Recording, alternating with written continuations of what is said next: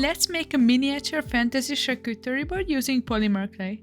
This piece was inspired by an imaginary moon in Celestial Bakery, so I decided to start with a little wooden cutting board. I used the toothbrush and the needle tool to make it more realistic. I'm not super happy with the wooden texture I made, but luckily most of it will be covered anyway.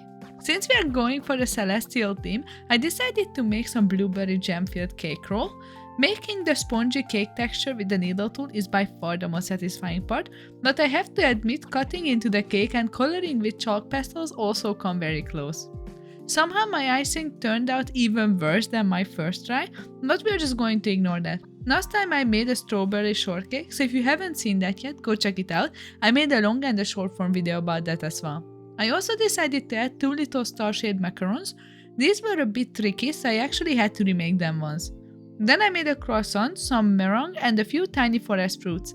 And of course, I felt like the board wouldn't be complete without some jam-filled cookies. I'm honestly so happy with how this turned out. After baking everything, I wanted to make the whole thing even more celestial cottagecore, so I decorated some of the pastries with gold and silver acrylic markers. And finally, it was time to put everything together.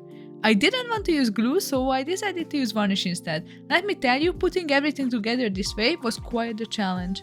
But here is the final result. What do you think? I'm honestly so happy with how everything turned out. And if you want to see more, go check out my long form videos over on YouTube. I put a lot of effort into them. Don't forget to like and subscribe and tell me what your favorite cake is in the comments. And I will see you in the next one. Bye!